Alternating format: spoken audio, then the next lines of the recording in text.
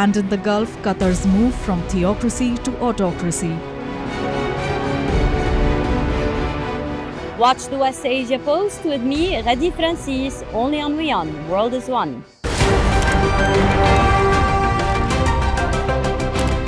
Ready to dive into your daily dose of news? Bringing you what's trending in the West and all that's setting trends in the East. And all of this served up with a side of insightful banter. We don't just bring you the latest stories. We bring you your talking points for the day. And while you do that, from the busy streets of New York, I will provide you with deeper insights on the developments through the course of the day in the US. And I will be here at the WION headquarters, getting you all the action from the universe of sport. All that you need to know about your favorite teams and players, right here. The show that keeps you ahead of the global curve. A conversation you'd want to be a part of. A place where news becomes an engaging exchange. We bring you stories that impact your present. This is World DNA. Join the conversation.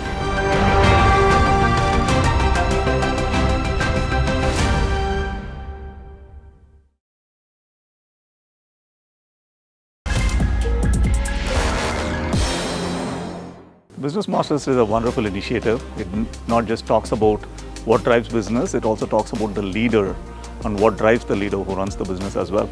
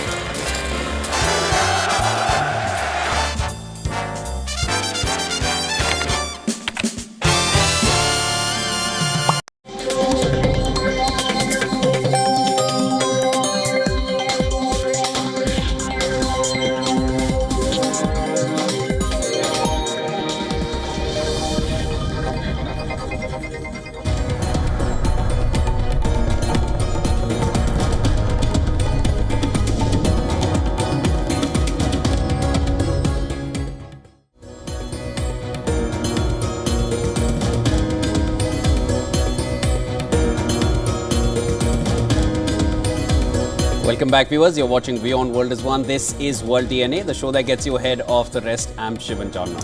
And I'm Raisha Sehgal. On World DNA today, Israel has confirmed the death of Hamas leader Yahya Sinwar in Gaza. Sinwar, who topped Israel's most wanted list, was a key figure behind the October 7th attacks.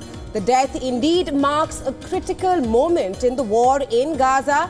The question right now being, what are the broad implications of Sinwar's death, both for Hamas and for the ceasefire deal in the ongoing war in Gaza? We will be tracking that on the show today.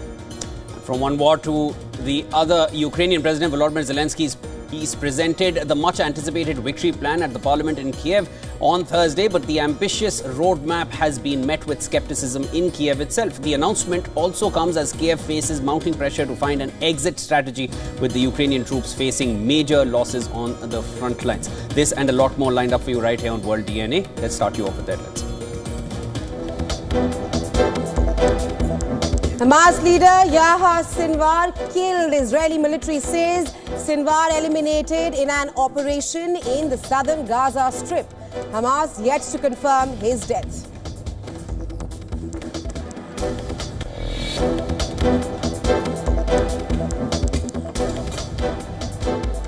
Israeli Prime Minister Benjamin Netanyahu says killing of Hamas chief is the beginning of the end of the war in Gaza. Iran says killing would lead to the strengthening of resistance in the region.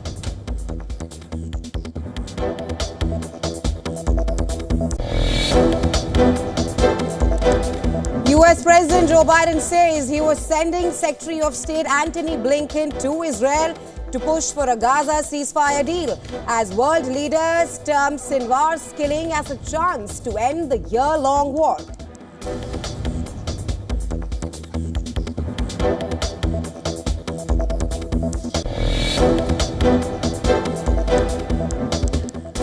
Former US President Donald Trump blames President Zelensky for the Russian invasion, saying he failed to halt hostilities. calls Ukrainian leader one of the greatest salesmen he has ever seen.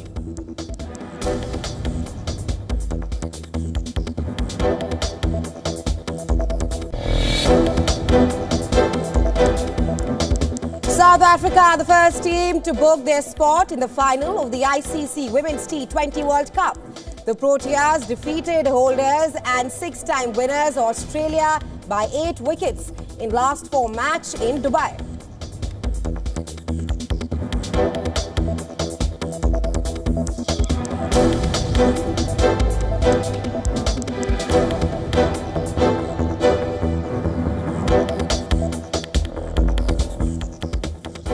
Israel has announced the killing of Hamas chief Yahya Sinwar, the mastermind of the October 7th attack, calling his death a heavy blow to the militant group. The Israeli military said that after a year-long hunt, troops had on Wednesday eliminated Sinwar in an operation in the southern Gaza Strip. On Thursday, the Israeli army released a drone video showing what it said were images and visuals of Sinwar moments before he was killed in Rafah's Tal El Sultan area. What you can see in the visuals is a dust-covered figure who can be seen in a destroyed building sitting behind rubble. Further, a long object is seen in the person's right hand, which is hurled at the drone without hitting it. Israeli Army spokesperson Rear Admiral Daniel Hagari said the forces in the area spotted 3 terrorists running from house to house on the run who split up after being targeted.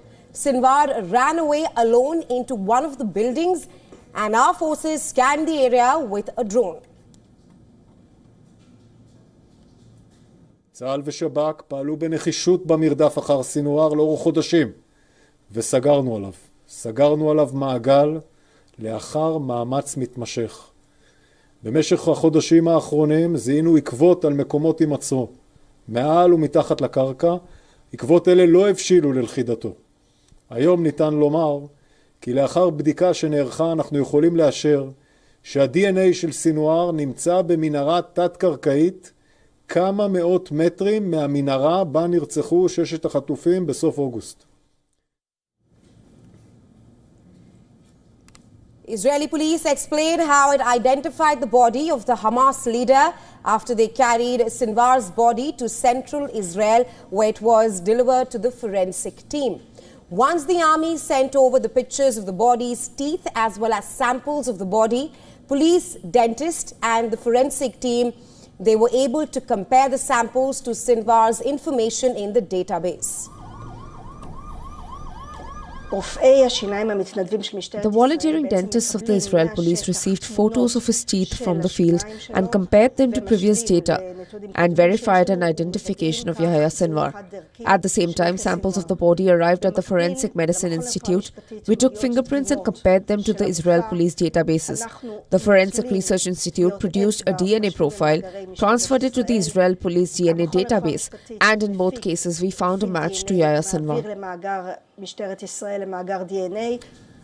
Israeli Prime Minister Benjamin Netanyahu said that the killing of Hamas chief is just the beginning of the end of the war in Gaza. He said there could be an end to the war in Gaza if Hamas laid down their arms and returned all hostages. Yahya Sinwar is dead. He was killed in Rafah by the brave soldiers of the Israel Defense Forces. While this is not the end of the war in Gaza, it's the beginning of the end. To the people of Gaza, I have a simple message. This war can end tomorrow. It can end if Hamas lays down its arms and returns our hostages. The Israeli army said no hostages were with the Hamas chief when he was killed by the IDF.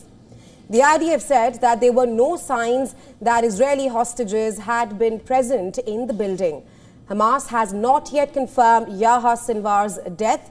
Al-Majid, a Hamas-linked website that publishes about security issues, urged Palestinians to wait for information about Sinwar from the group itself. Born in 1962, Yahya Sinwar was named as Hamas' overall leader following the assassination, the killing of political chief of Hamas, Ismail Haniyeh, in Tehran in July on the 31st. Once tasked with punishing Palestinians suspected of informing for Israel, Sinwar made his name as a prison leader.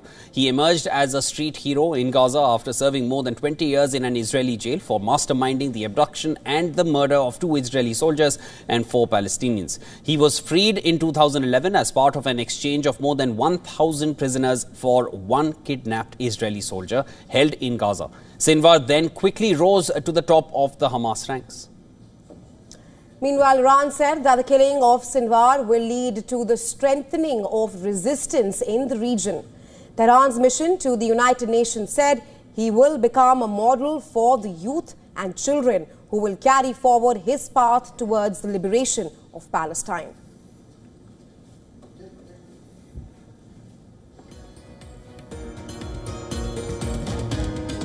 All right, for more on this, we are now being joined by Dr. Reza Khanzadeh from Washington, D.C. He is a West Asia expert and Iran analyst. Dr. Reza, thank you so much for joining us on World DNA. At this point, talk to us about the implications here. How is the death being viewed in Iran at this point, if you have any inputs on that? Yeah, thanks for having me. So what's going on in Iran right now in relation to the killing of is essentially twofold. First is you have the ordinary citizens, really anyone who is not either affiliated or connected with the Islamic Republic, or anyone who does not pledge allegiance to the Islamic Republic. They could not care less. If anything, they're probably more happy that this happened, because they see the Islamic Republic bankrolling Hamas and Hezbollah and the Houthis and many other proxies throughout the Middle East as a detriment to all the domestic issues that are happening inside Iran. So they feel this as another blow to the Islamic Republic and hopefully force them to shift more on the domestic issues. But then, of course, there are about 20-30% of the population who do support the Islamic Republic and see this as a significant loss.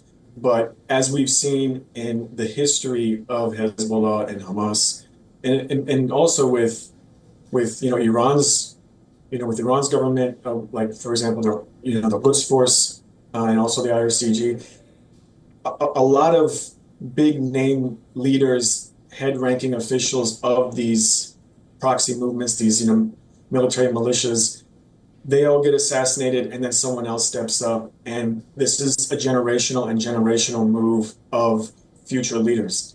Even Sinwar himself grew up in a refugee camp. He spent 20 years, I think, in prison. So he was raised in this conflict, in this struggle. And now we have thousands, if not tens of thousands, of future Sinwars growing up in the same way with this year-long conflict. Dr. Reza. So it's, yes. Yes, just from what you just said, I just wanted to ask, because certain world leaders are suggesting that it's a chance to end the war, but the statement which has come from Iran's side is that it's only going to strengthen the resistance. And as you mentioned, if one leader goes, there are more who come up. And Israel has been successful in eliminating several of the top faces that we saw on record, at least in the last 1 year. But if precedent is to be referred to, you see more heads coming in when one is removed. So at this point, do you feel it's a chance to end the war, or do you feel it's only going to strengthen the resistance as Iran is suggesting?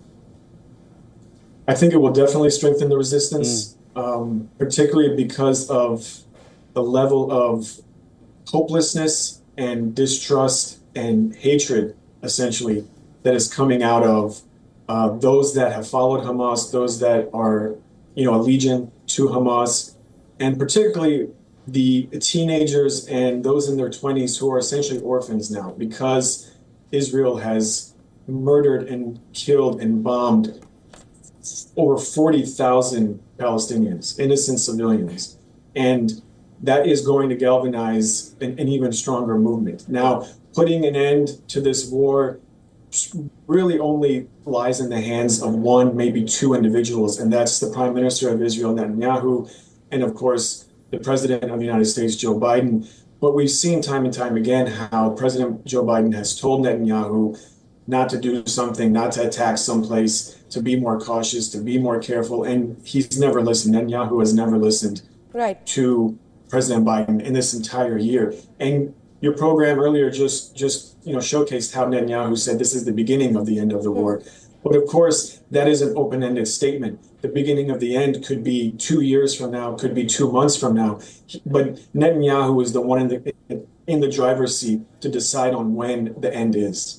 Right. Dr. Riza, you do speak that the onus to end the war lies on the Israeli Prime Minister Benjamin Netanyahu and the US President Joe Biden, with Netanyahu clearly saying that Sinwar's death will not mark the end of the war in Gaza. Do you think that Sinwar's death will act as an opportunity to perhaps renew efforts to agree for a ceasefire deal and the release of the hostages? I think that remains to be seen. There's a yes and no answer to that question, because on the one hand, you have certain elements within Hamas, certain individuals within Hamas, particularly Sinwar's brother, who there's been some rumors recently that he might be next in line to be the face or the head of Hamas. But it depends on who the next leadership is, what kind of strategy they have. There could be this type of strategy from Hamas where they're thinking it's been a year. Israel has really not shown any interest in a ceasefire to free those hostages. So we have really no bargaining chips. They thought this would be a bargaining chip, having those hostages, and clearly it's not. Israel is not concerned about those hostages. They don't care about freeing those hostages. And their strategy up to this point, Israel's strategy up to this point, has been to take care of Hamas and Hezbollah, essentially eradicate them. But if this war continues into the months and hopefully not into the next year or two, then we see this being as more of a strategy by Israel to just eliminate Palestinians, to just do this continued genocidal campaign to essentially eradicate Palestinians from that land. So I don't see a ceasefire really coming to fruition unless we see other types of leadership from Hamas step up and kind of be able to negotiate a bigger deal to where they could, it could come to an end. Right. Dr. Riza, like you mentioned, that it all depends on the Israeli Prime Minister Benjamin Netanyahu. If you can shed some light on the broader intent of the Israeli Prime Minister, because we have been seeing with Israel eradicating top leaders of Hamas and Hezbollah, the ratings of the Israeli Prime Minister in Israel has also shot up. And do you think that Israel will perhaps tone down its operations in Gaza now? Because when the war started, the main objective of Israel was to eradicate, was to eliminate Hamas. And now we have the news of Hamas leader Yahya Sinwar's death. Right. So we see a couple of things playing out here. So Israel could tone down its military campaign in Gaza based on three scenarios that simultaneously are playing out. One is from the northern front coming from Hezbollah, but then you also have from the southern front coming from the Houthis, and then also from the east coming from Iran. Now we're still waiting to see what kind of attack Israel is going to perform on Iran. The latest reports have been stating that Israel has decided to attack military facilities within Iran, and then how, if and or when Iran counters. So we would see if Israel does tone down their military campaign in Gaza, it has very little to do with them wanting to vacate or end that war in Gaza. It's more of just repositioning their own military strength towards Hezbollah, toward Iran, and toward the Houthis. And then it's really for them a chess match right now between four fronts, to where they have to essentially reshift and recalibrate depending on where the threat is at its most maximum. We hear your point. We hear your point. Thank you so much, Dr. Reza Khanzadeh, joining us on World DNA from Washington, D.C. Always a pleasure speaking with you. Thank you. Now, with Israeli forces confirming Sinwar's killing, the year-long hunt for the Hamas leader comes to an end. Well, it's a good day for the world. This is what the US President said, who spoke to Israeli Prime Minister Benjamin Netanyahu over the phone to congratulate him. Now, Biden, as well as his Vice President Kamala Harris, they called Sinwar's killing an opportunity to free Israeli hostages held by Hamas and bring an end to the year-long war in Gaza. U.S. State Department spokesperson Matthew Miller said The country wants to kickstart talks on a proposal in a bid to achieve a ceasefire and secure the release of the hostages. Well, according to reports now, US Secretary of State Antony Blinken has already held separate phone calls with Saudi and Qatari foreign ministers in this regard. Meanwhile, EU chief Ursula von der Leyen said the death of Sinwar significantly weakens the Palestinian group. Yes, indeed. Sinwar was the leader of a terrorist organization, the terrorist organization of Hamas, and he was basically the mastermind behind the 7th of October with the killings, the massacres, the rapes, and the kidnapping. So his death is certainly significantly weakening Hamas. French President Emmanuel Macron, as well as Italian Prime Minister Giorgia Meloni, called Sinwar the primary architect of the terrorist attack on Israel and the barbarism which took place on the 7th of October last year.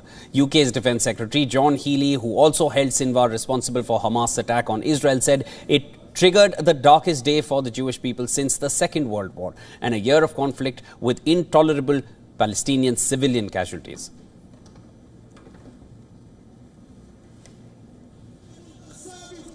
And well, for more on this, our correspondent Susan Tehrani has sent us this report from New York. Take a look.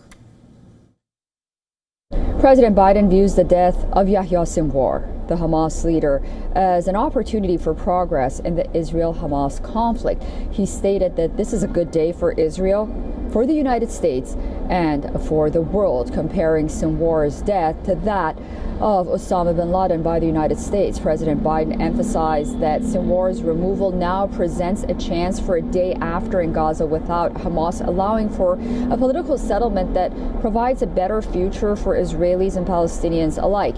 Vice President Kamala Harris also echoed similar sentiments while she was campaigning in the U.S. state of Wisconsin. The U.S. president is now dispatching Antony Blinken, the U.S. Secretary of State, once again to the region to facilitate negotiation and discuss a pathway for the release of hostages. National Security Advisor Jake Sullivan also expressed optimism about the potential for a, quote, new approach without Sinwar's operational control, stating that his removal from the battlefield indeed presents an opportunity to find a way forward. However, U.S. officials did acknowledge the uncertainty about Sinwar's successor and what happens next. Susan Tehrani reporting from New York for WION World is One.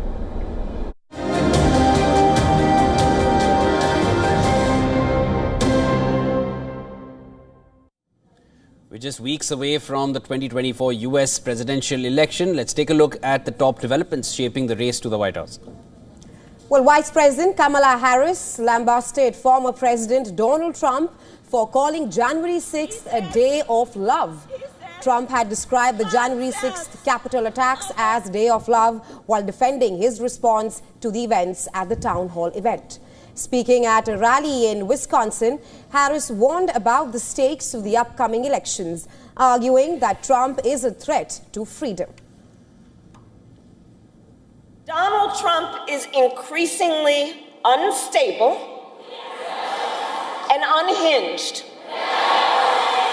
and will stop at nothing to claim unchecked power for himself. He wants to send the military after American citizens. He wants to prevent women from making decisions about their own body.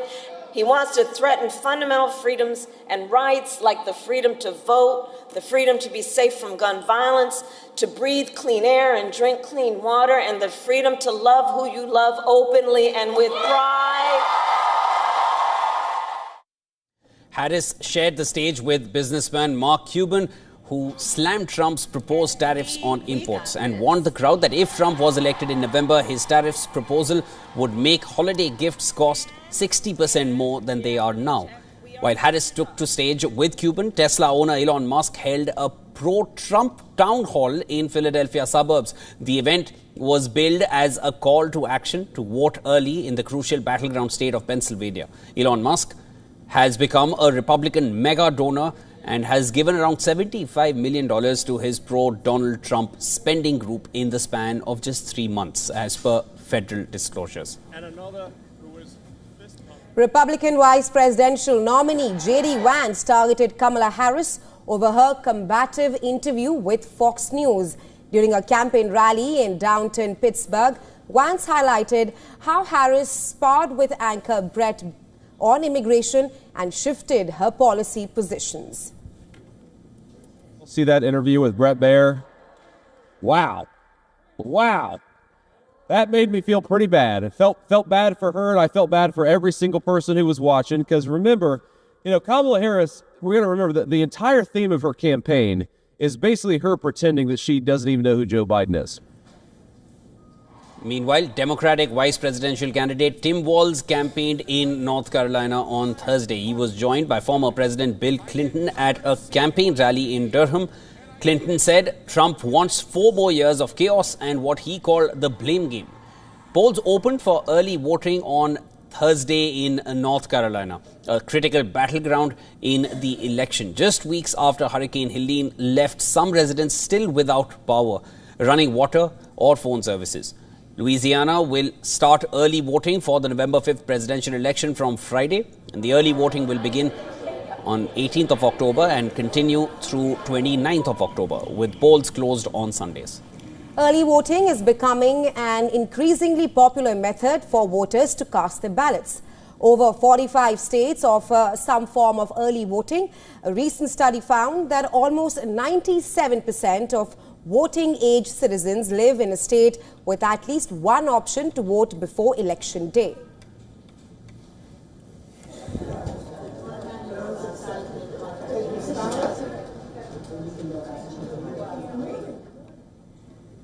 Nearly a week after nominations closed for the November 14th parliamentary polls in Sri Lanka, former President Mahinda Rajapaksa is insisting that he has not retired from politics but has only stepped away temporarily. Last Friday, the Rajapaksa's party, the Sri Lanka Podujana Perumana or SLPP, had released a contestant list that did not have the senior Rajapaksas, including Mahinda, his brother, former President of Sri Lanka Gotabaya Rajapaksa, and even the former Irrigation Minister Chamal Rajapaksa or the former Finance Minister Basil Rajapaksa. Mahinda's son Namal Rajapaksa, a cabinet minister in Gotabaya's ousted administration, was there on the list, but only on the party's national list. That includes names of members to be nominated for extra seats that the party may secure based on its share of votes polled. Speaking to journalists in Colombo on Thursday, Mahinda Rajapaksa asserted that politicians never retire from politics, and as for his decision not to contest the upcoming parliamentary election, he claimed that it was only a temporary move. Now, the latest statement by a senior Rajapaksa clan member indicates that their decision to step back from the elections has more to do with the September 2024 election results, in which Mahinda's son Namal Rajapaksa came fourth in the race for presidency, getting just 2.57% of the total votes. The results marked a huge fall for the Rajapaksa clan that dominated the cabinet in Sri Lanka at one point of time for years, with several family members holding key positions in government. Observers say that the Rajapaksa's decision to quit the 2024 electoral race reflected the churn from the People's Struggle or Janta Aragle of 2022. In addition to demanding then-President Gotabaya's resignation, the protesters had called for system change, marking a total rejection of the brand of politics practiced by the Rajapaksas. The 2022 economic downturn in Sri Lanka was marked by crippling shortage of essential goods. The mass demonstrations over corruption forced Gotabaya to become the first leader to resign and then flee the country. An action that dealt a major blow to the Rajapaksa family's political capital.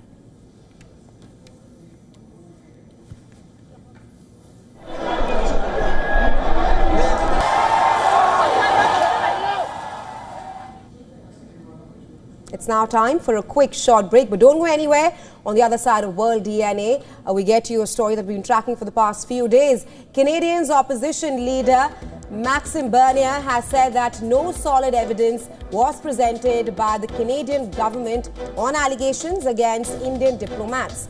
He also accused Prime Minister Trudeau of using the crisis to divert attention. Getting you the full report on the other side of this short break. Stay tuned.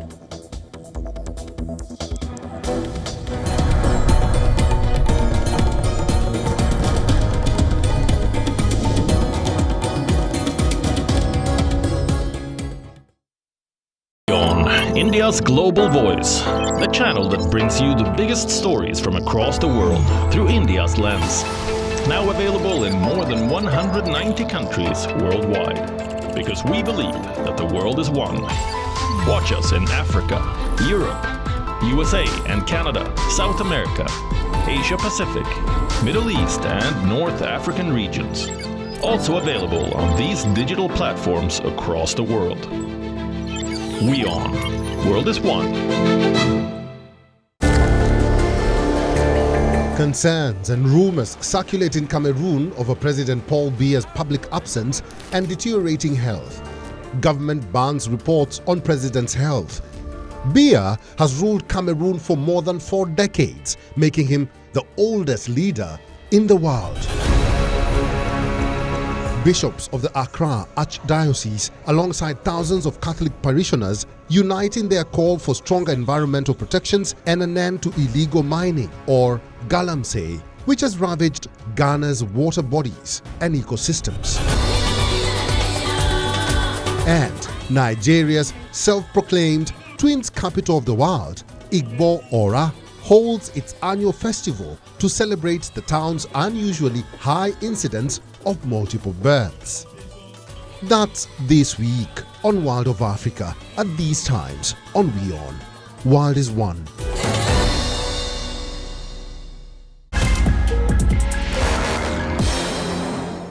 Business Masters is a wonderful initiative. It not just talks about what drives business, it also talks about the leader and what drives the leader who runs the business as well.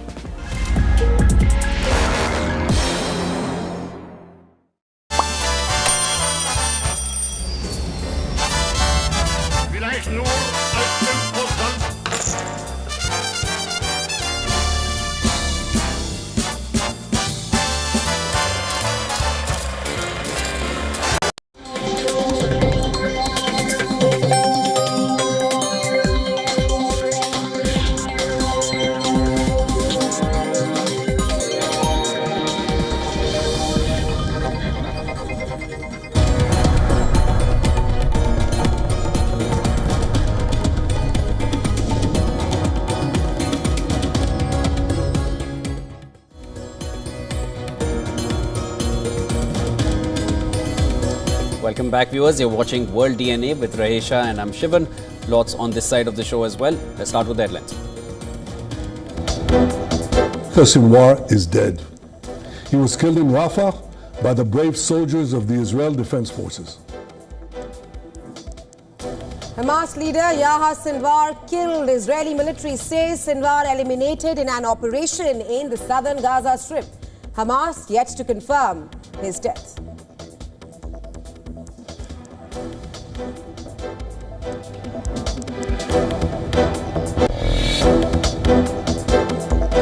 Israeli Prime Minister Benjamin Netanyahu says killing of Hamas chief is the beginning of the end of the war in Gaza. Iran says killing would lead to the strengthening of resistance in the region.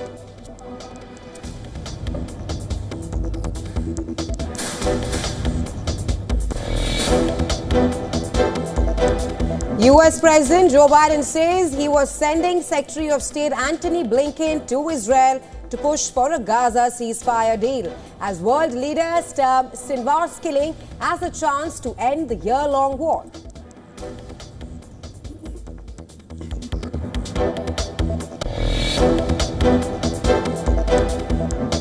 Former US President Donald Trump blames President Zelensky for Russian invasion, saying he failed to halt hostilities. Calls Ukrainian leader one of the greatest salesmen he has seen.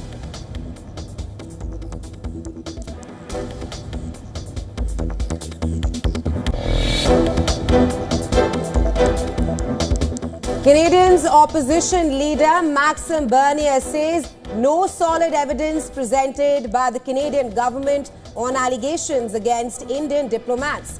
Accuses Prime Minister Trudeau of using crisis to divert attention.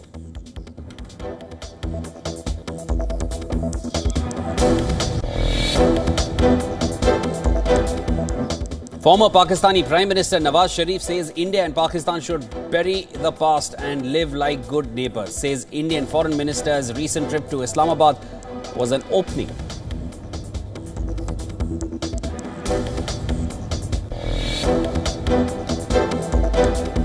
South Africa, the first team to book their spot in the final of the ICC Women's T20 World Cup. The Proteas defeated holders and six-time winners Australia by 8 wickets in last 4 match in Dubai. Defeated one of the most dominant teams in sporting history. Before today, they may have been seen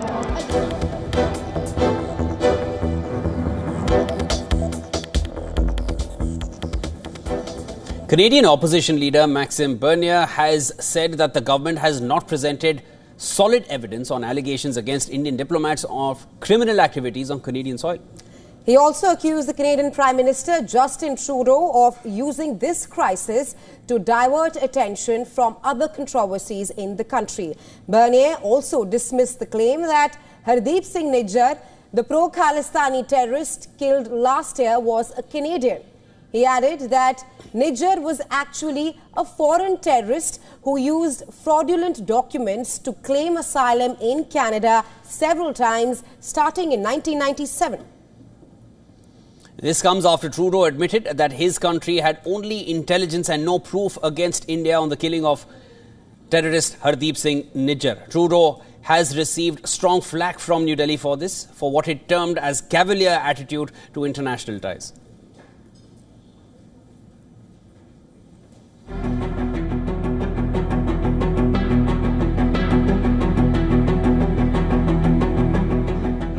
"16 months after he pointed an accusatory finger at India for the murder of Sikh separatist Hardeep Singh Nijjar, the Canadian PM does a backtrack of sorts.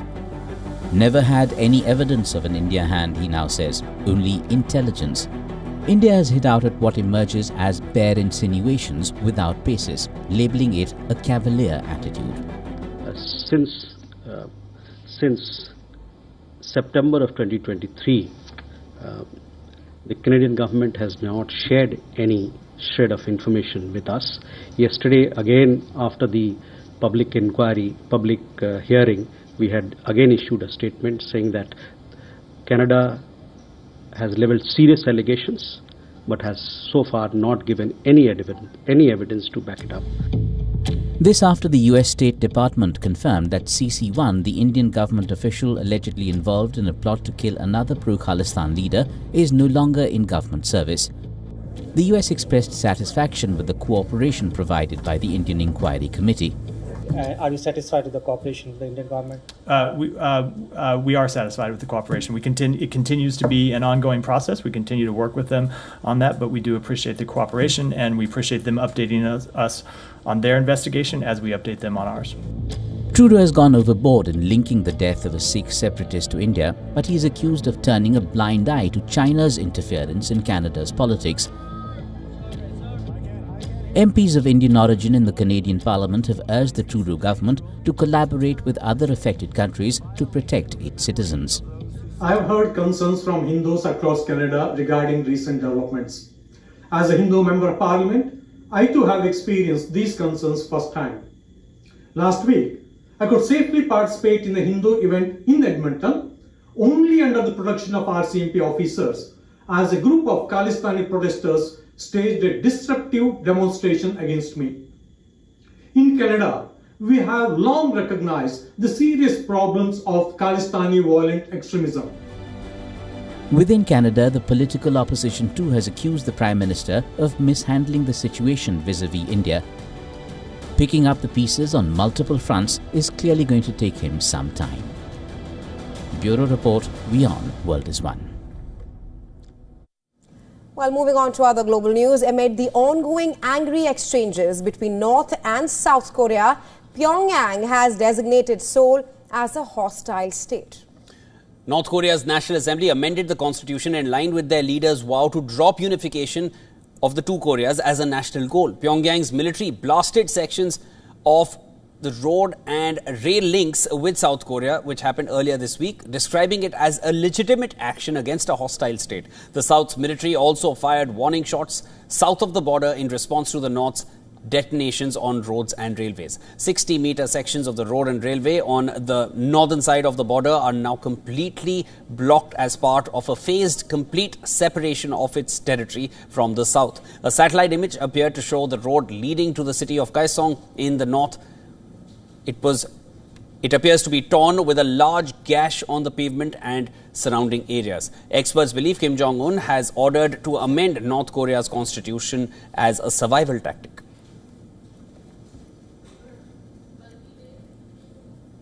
I believe that North Korea's strategic goal of moving towards two hostile states is essentially Kim Jong-un's survival strategy. In other words, Kim Jong-un is saying, let's build a wall between two Koreas so we are not conscious of each other and each of us can survive on our own. South Korea's Unification Ministry said that it handles its ties with the North strongly, condemned the characteristics of a hostile state. The ministry further claimed that it will not waver in its efforts towards peaceful reunification.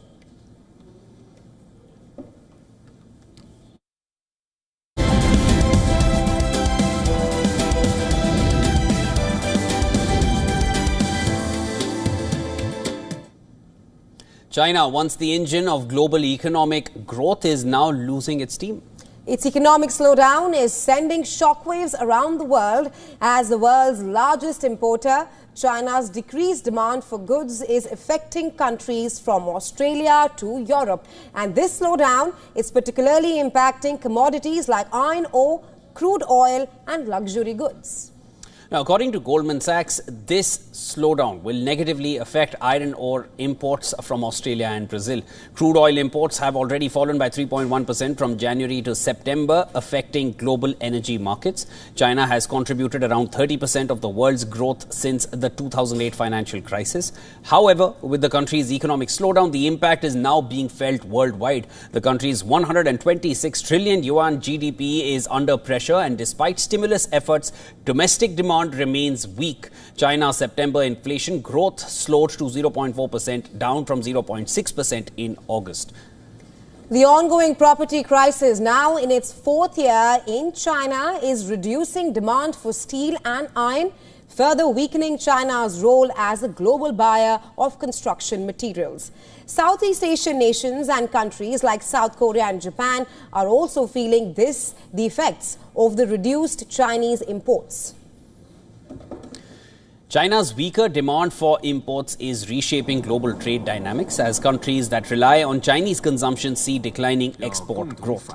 Luxury goods from Europe, machinery from Vietnam and Thailand, and high-tech products from South Korea and Japan are all facing reduced demand. Despite Beijing's ongoing stimulus measures, including monetary easing and investment plans, China's economic activity has yet to show significant improvement. At the same time, Chinese exports of lower-cost goods like cement, they're all rising. South Korea, for example, may start importing Chinese cement as early as 2026, benefiting from prices that are 15% lower than domestic rates.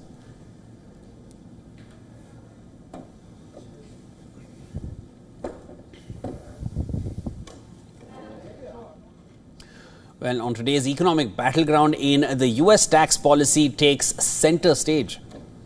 Well, both Trump and Vice President Kamala Harris are proposing drastically different visions for the future of the tax code, with billionaires lining up on both sides. Our next report dives into the details of these competing tax plans. Take a look. Tax policy is set to become a central issue following the upcoming election. Key provisions of former President Trump's 2017 Tax Cuts and Jobs Act are due to expire in 2025.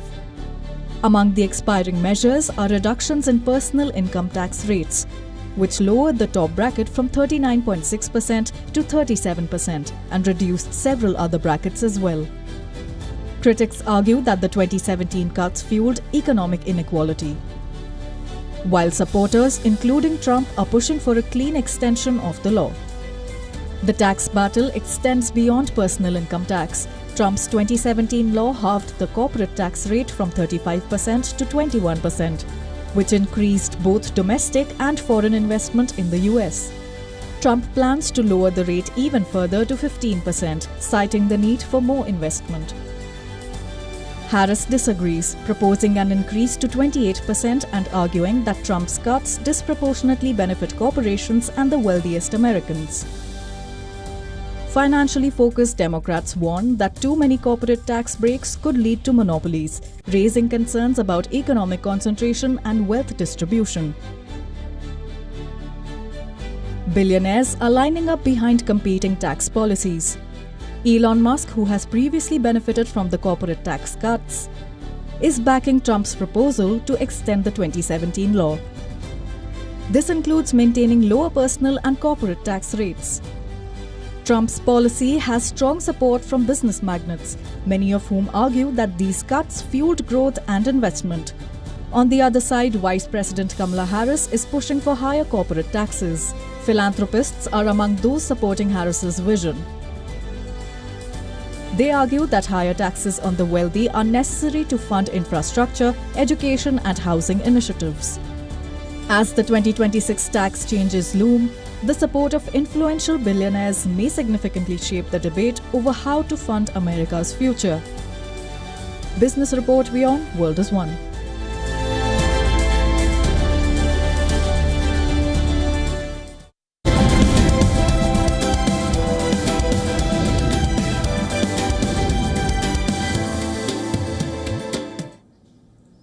Well, from business, let's now take a look at all that is happening in the world of technology. U.S. federal prosecutors are increasing efforts to tackle the use of AI tools for creating or altering child sex abuse images, fearing a rise in illegal material. This year, the Justice Department has filed 2 criminal cases against individuals using generative AI for this very purpose. James Silver, head of the Computer Crime and Intellectual Property section, stated that more cases are expected, warning that AI could normalize such content and also complicate law enforcement efforts to identify the real victims.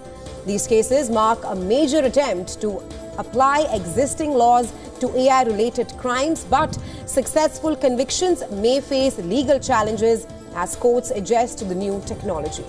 The rise of generative AI has sparked concerns at the Justice Department that the rapidly advancing technology will be used to carry out cyber attacks, cryptocurrency scams, and also election security threats.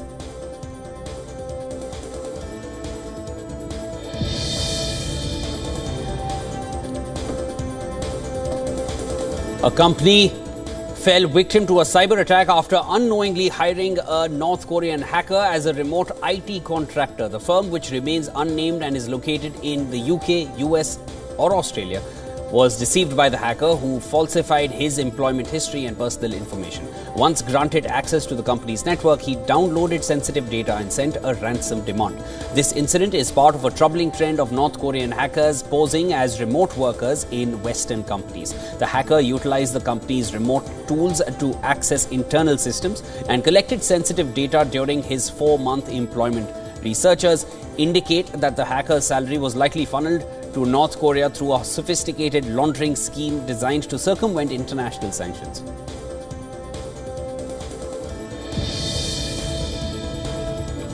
Britain's media regulator, Ofcom, has announced that it will outline the actions it expects social media companies to take against illegal content in December. The regulator added that platforms will have 3 months to assess the risks of harmful content, and those failing to act promptly will face consequences. Ofcom Chief Executive Melaine Dawes emphasized that the time for discussions is over, stating that tech firms will be legally required to act starting in December. Well, under Britain's new online safety law, which became official last year, social media companies must address harmful content, particularly for children. Non-compliance to the law could lead to hefty fines or even a ban from operating in the UK.